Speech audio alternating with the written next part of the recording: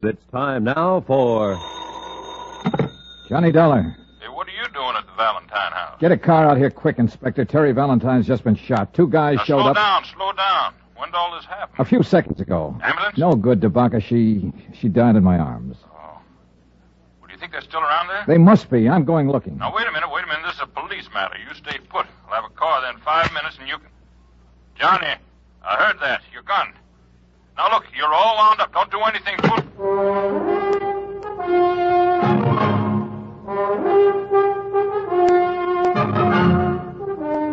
Tonight and every weekday night, Bob Bailey in the transcribed adventures of the man with the action-packed expense account, America's fabulous freelance insurance investigator. Yours truly, Johnny Dollar.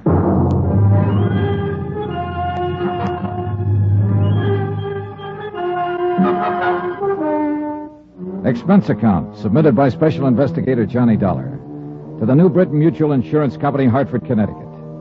The following is an accounting of further expenditures during my investigation of the Valentine matter. Dan Valentine, ex-gangster, and, of course, your policyholder. But then his wife was killed, too. Then his lawyer. Then his daughter. The girl that I... 30 seconds after Terry Valentine died in my arms, I was stumbling down the gravel path that led from her house to the road. It had all happened so suddenly, I can't say that what I did from there on or what I felt was entirely rational. All I know is I hadn't heard a car leave the area, which meant the two killers were still somewhere nearby. Then, in the dim light, I saw the car. A man was climbing into it. Hey, stop! Stop or I'll shoot! Stop!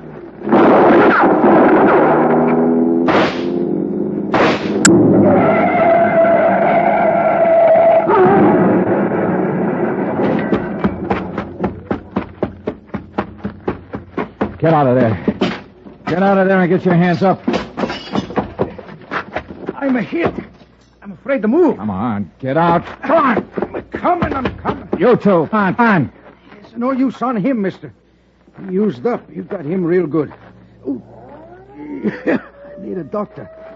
Help me get to a doctor. Stop right there. Doctor. Stand still. You pretty tough fella. What's your name? Sisto. Sisto what? It's good enough for you. I need a doctor. Bad. Listen.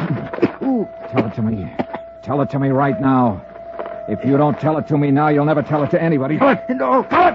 I need doctor. Tell it. I die first. Johnny! What is this? Who's he? He's going to kill me. He's going to kill me. Now, you better give me that gun, Johnny. The state will take care of him. Thanks. I should have done it. I wanted to do it. I know, son. Come on, let's get out of here. But I didn't get out of there. I waited around while they dug the body of the other man out of the smashed-up car, and while they carried the still limp form of Teresa Valentine away. She was the third member of the family who had died violently within 3 days.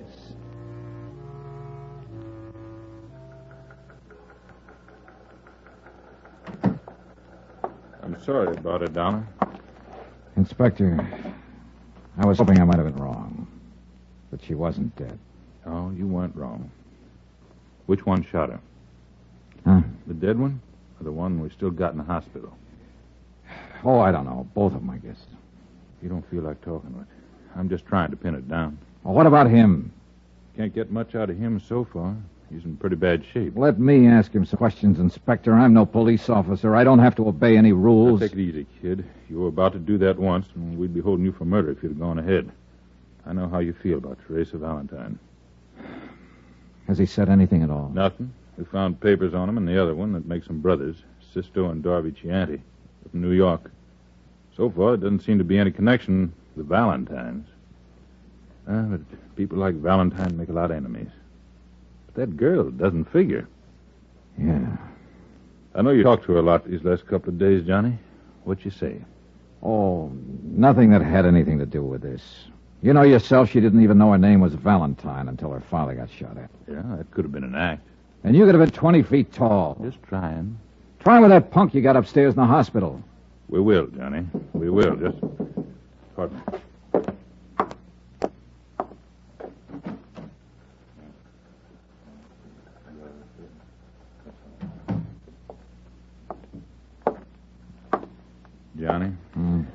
bad news. Maybe I spoke too soon. Why? Sister Chianti died 5 minutes ago.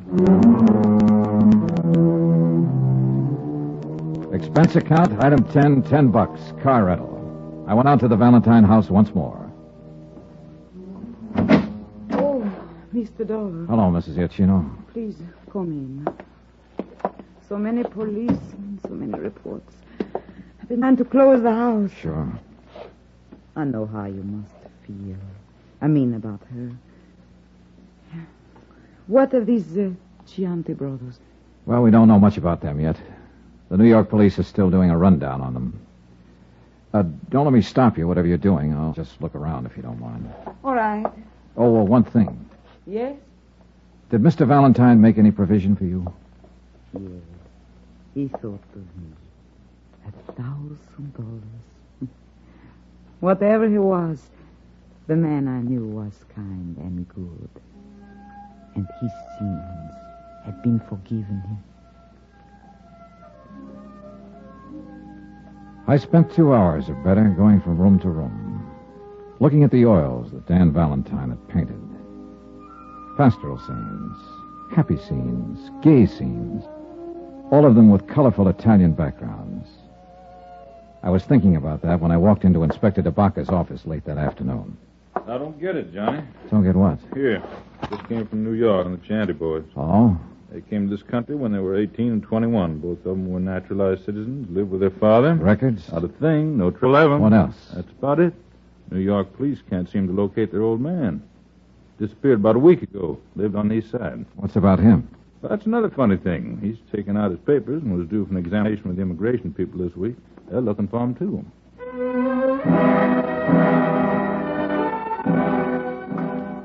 We went out and had dinner together and talked about the case.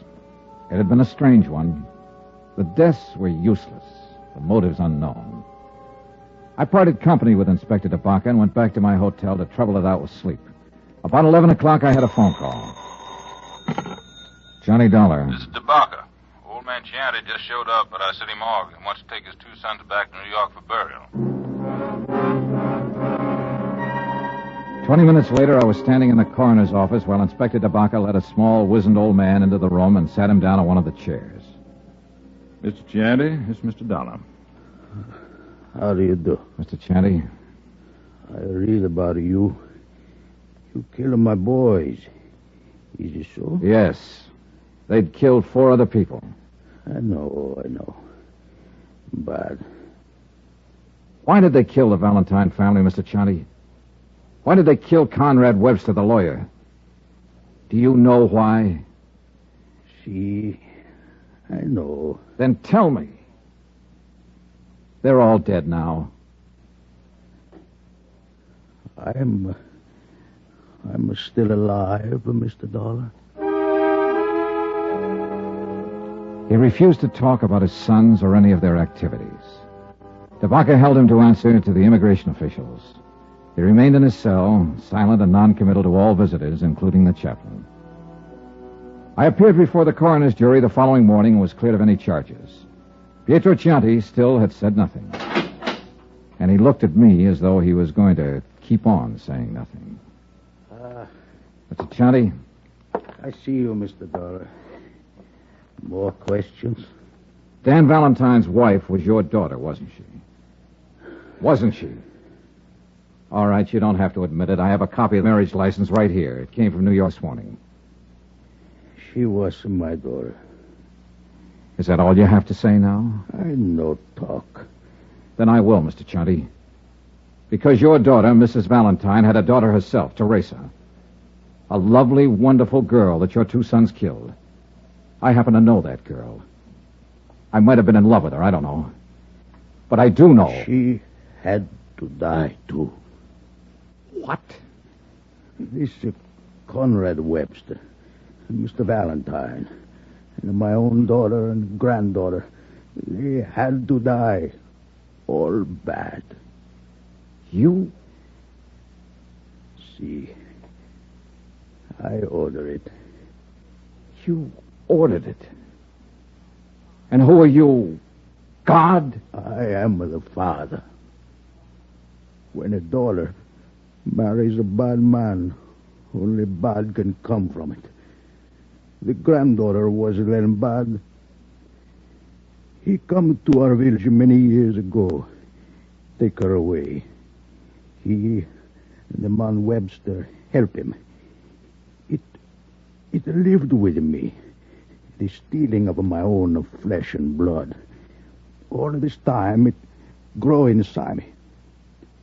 I am old, but I keep on living. Only so I can come here and find him and destroy him. And her. And the daughter. And the lawyer man who helped him. And I destroyed them through my sons. A whole family. Vendetta. Was that it? If you like. Vendetta. He was a bad man who did bad things. Bad man.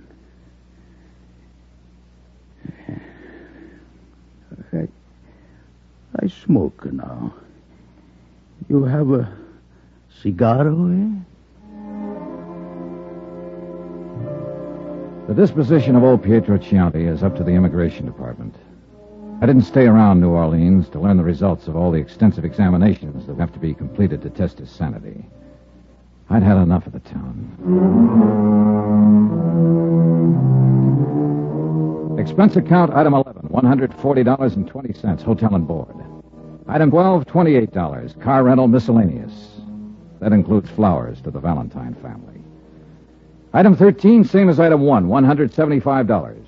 Transportation back home. Expense account total, $1,290.38. Remarks? Whenever I close my eyes, I can see a lovely girl standing at the bottom of a long, curving stairway. Swing. Because I'm in them. That's all. Yours truly, Johnny Dollar.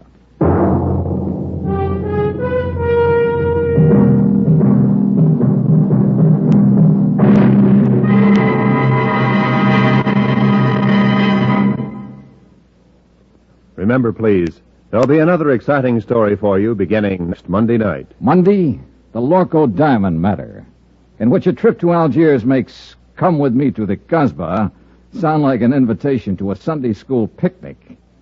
Join us, won't you? Yours truly, Johnny Dollar.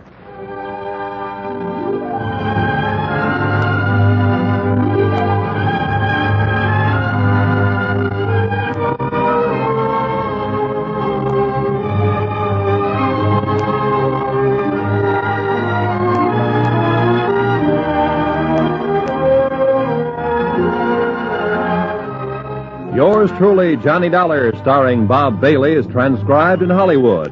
Written by John Dawson, it is produced and directed by Jack Johnstone. Heard in this week's cast were Lillian Baeff, Betty Lou Gerson, Barney Phillips, Will Wright, Forrest Lewis, Marvin Miller, Jay Novello, and Jack Moyles. Be sure to join us on Monday night, same time and station, for another exciting story of Yours truly, Johnny Dollar. Roy Rowan speaking.